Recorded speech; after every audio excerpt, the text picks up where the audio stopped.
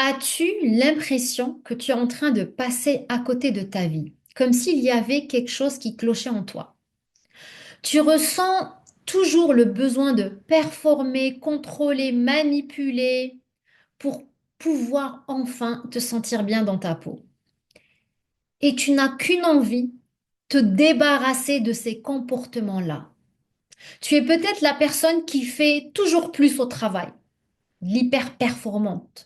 C'est né comme ça que tu ressens de la valeur. Tu es peut-être aussi l'ami qu'on vient chercher dès qu'il y a un problème. La personne qui organise tout, qui donne toujours plus dans ses relations amicales et relations amoureuses. Ces comportements peuvent paraître normaux en surface, mais en réalité, ce sont des mécanismes d'adaptation qui t'ont peut-être servi pendant l'enfance, mais qui t'empêchent de vivre de façon alignée et d'incarner ton plein potentiel. Dans la vidéo qui suit, je vais te montrer, je vais partager avec toi les comportements que j'ai réussi à changer grâce à la régulation du système nerveux.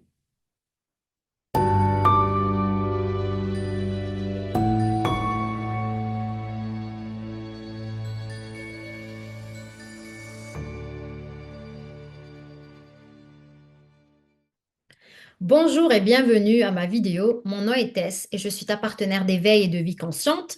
Si c'est la première fois que tu me regardes, je t'invite à t'abonner et aussi à activer la cloche des notifications pour être à l'affût de mes prochaines vidéos. Alors, comme je disais plus tôt, parfois on a du mal à se débarrasser de certains comportements malgré toutes nos stratégies, parce qu'on ne va pas à la source du problème. Si aujourd'hui tu as certaines habitudes qui t'empêchent d'être réellement toi-même, qui t'empêchent de vivre de façon authentique et d'incarner ton plein potentiel, c'est qu'il y a une raison pour cela. Il y a une intention positive. Et la plupart du temps, ces comportements sont le résultat d'un conditionnement qui t'a permis de survivre, notamment durant l'enfance ou dans des situations difficiles. Et je sais que tu as envie de te débarrasser de certaines habitudes, c'est pour ça que tu es en train de me regarder. Et parfois, tu as l'impression que c'est impossible. Tu chasses le naturel, il revient au galop. Ce qui va te permettre d'en finir une bonne fois pour toutes de certaines habitudes fâcheuses, c'est de comprendre qu'elles ont été là pour assurer ta survie, pour te permettre de te sentir en sécurité. Et plus tu retrouves ce sentiment de sécurité de façon autonome, plus ton ego va se dissoudre, plus la déprogrammation de ces comportements et de ces habitudes devient un jeu d'enfant. Aujourd'hui, dans cette vidéo, je vais partager avec toi 6 comportements, 6 habitudes que j'ai réussi à changer grâce à la régulation du système nerveux. Avant de les partager avec toi, petite définition du système nerveux et de la régulation du système nerveux, je te promets, je ne vais pas m'étaler sur les détails scientifiques parce que, comme tu le sais peut-être, je suis pharmacienne, donc j'ai tendance à expliquer de façon scientifique, mais je vais être brève. Le système nerveux autonome, c'est ce qui assure le lien entre le cerveau et le corps. Donc, c'est tous les nerfs qui partent du système nerveux central, donc cerveau et moelle épinière, et qui vont aller dans tous nos viscères, muscles, peau, etc. Et qui vont aussi repartir de ces organes-là vers le système nerveux central. C'est une communication bidirectionnelle. Et il faut comprendre qu'il y a 4 fois plus de nerfs sensoriels, donc de nerfs efférents, qu'afférents. C'est-à-dire que le corps communique 4 fois plus d'informations que le cerveau n'envoie au corps. D'où l'importance de travailler avec le corps lorsqu'on veut changer certains comportements. Maintenant, qu'est-ce que la régulation du système nerveux? Faut comprendre qu'un système nerveux régulé ne veut pas dire un système nerveux calme. Calme, c'est juste un état. Mais un système nerveux régulé, c'est un système qui sait répondre au stress de la manière la plus appropriée et de toujours, rappelez-vous, toujours revenir à cet état d'harmonie, d'homéostasie, d'engagement social et de sécurité intérieure. OK? Donc, c'est cette capacité de pouvoir être flexible. C'est un système nerveux flexible. Malheureusement, lorsqu'on a vécu certains traumas ou si on a vécu exposé à un stress chronique, ce système nerveux pense à lui comme un interrupteur, il va en fait se déréguler, c'est-à-dire qu'il va rester allumé tout le temps. Même s'il n'y a plus de stress, je vais continuer à avoir des comportements comme si j'étais dans une situation dangereuse. Donc, on perd notre capacité de revenir à l'état naturel de l'être humain, qui est l'état de sécurité intérieure. Et c'est pas juste physiologique, c'est pas juste le cortisol qui va être sécrété et l'inflammation dans le corps, c'est aussi psychologique parce que notre ego est tellement puissant et son but c'est d'assurer notre survie, va nous faire adopter certains comportements d'adaptation, habitudes aussi, pour assurer notre survie, pour dire à notre corps de façon inconsciente que qu'on est en survie. Donc, ces comportements-là d'adaptation qui nous ont peut-être servi pendant l'événement difficile ne nous servent plus dans la vie de tous les jours. Ça nous empêche de vivre de façon authentique, ça nous empêche d'incarner notre plein potentiel, ça nous empêche de créer la vie qu'on a envie de créer. Et aujourd'hui, je vais partager avec toi certains comportements dont j'ai réussi à m'en défaire grâce à la régulation du système nerveux. Ces comportements-là qui m'ont servi pour me protéger, me peser et m'ont même mené à une détresse psychologique et au burn-out. Et il a fallu que je comprenne la cause des traumas, notamment pour ma part, et aussi l'exposition à un stress chronique, et de trouver le super outil qui est la régulation du système nerveux. Et vous allez voir, c'est un outil très simple. C'est ça qui m'a permis au fait de me défaire de beaucoup de comportements qui ne me définissaient même pas. Premier comportement est cette tendance à me sentir impuissante. Au fait, je me donnais des objectifs. J'étais et je suis toujours une personne brillante, donc je suis capable de faire des actions, de performer, etc. Mais au fond de moi, il y avait toujours cette pensée, cette croyance que ça allait être dur, que c'est presque impossible, qu'il faut un miracle, un sauveur. J'étais dans une posture d'impuissance. Pour ma part, sans rentrer dans les détails, je vivais dans ce qu'on appelle la réponse de servitude apprise. La réponse de servitude apprise, c'est une réponse de survie qu'on va adopter lorsqu'on n'a pas pu combattre, on n'a pas pu fuir, donc les réponses de survie qui engagent le système nerveux sympathique. Et on s'est immobilisé, donc on s'est figé, la troisième réponse de survie du système nerveux parasympathique dans sa branche dorsale. La réponse de soumission apprise, c'est l'échelle, c'est l'étape derrière. C'est que lorsqu'on se fige, mais que c'est pas, que ça assure pas notre survie.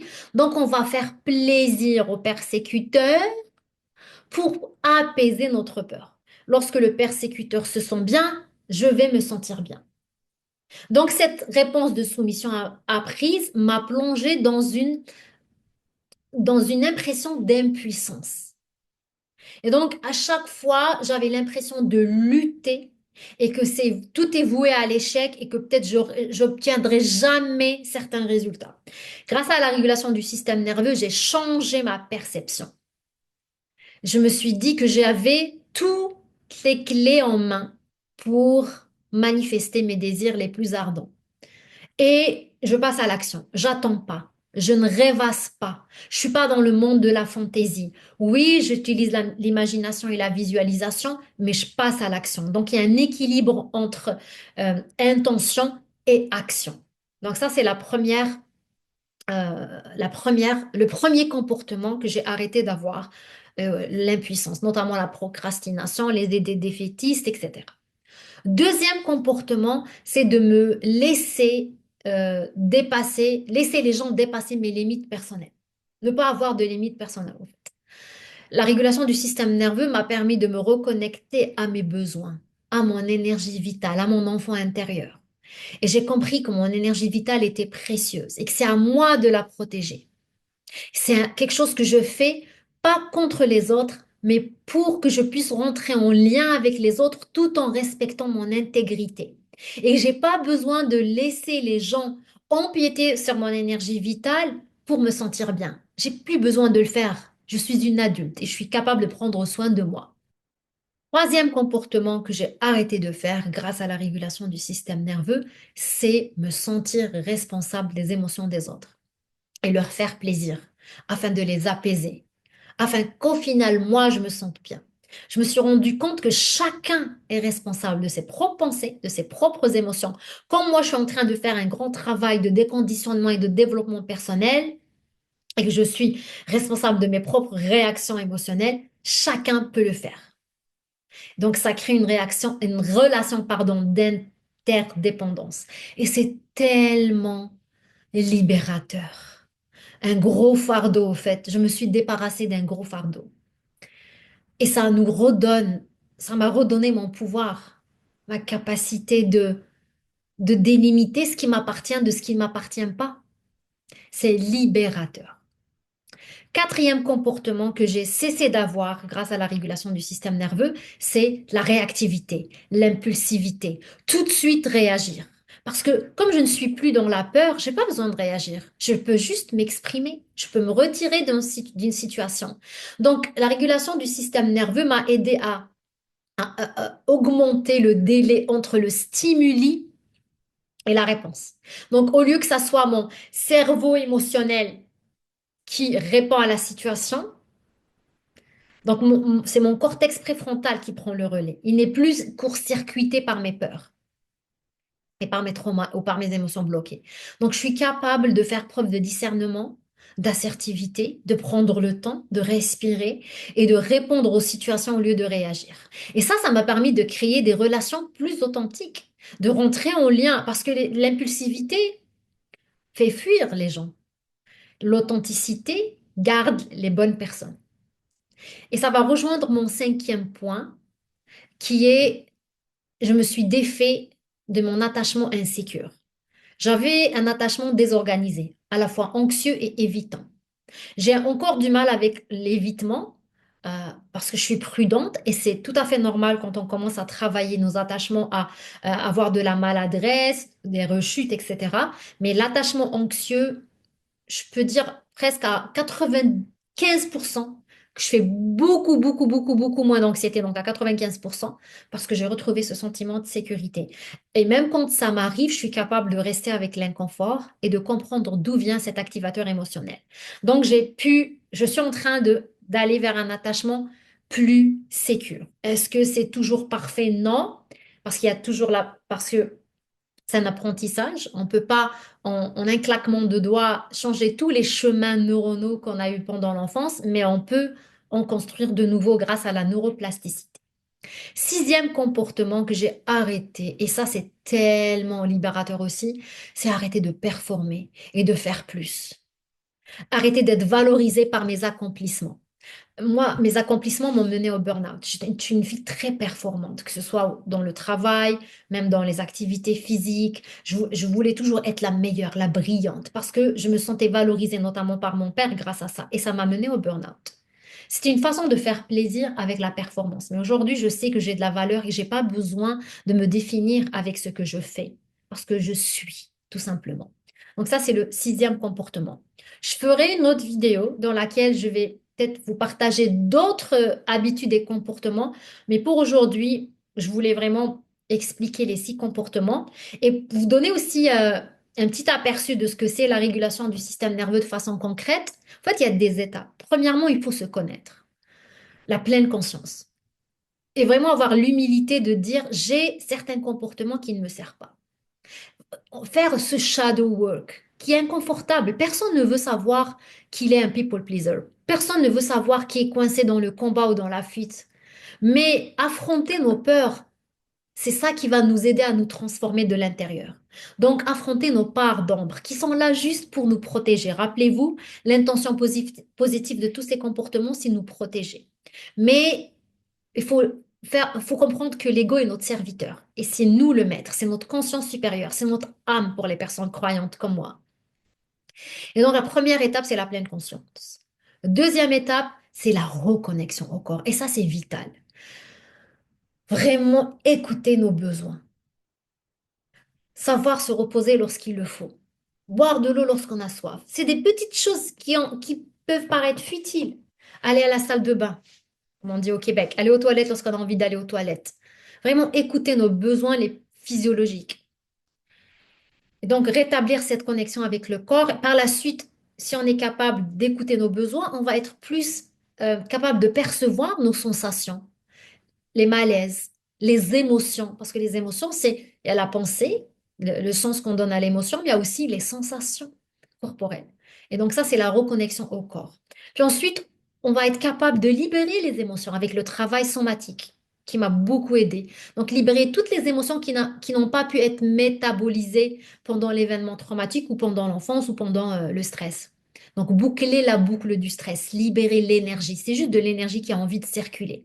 Ça nous permet d'accueillir plus de positivité et aussi d'être à l'aise avec les émotions inconfortables, la honte, la culpabilité. Et quand on est à l'aise avec les émotions, elles ne nous gouvernent plus. C'est plus elles qui prennent les décisions. C'est notre cerveau le plus évolué. C'est notre conscience. Et puis voilà les outils qui m'ont aidé à arrêter ces comportements.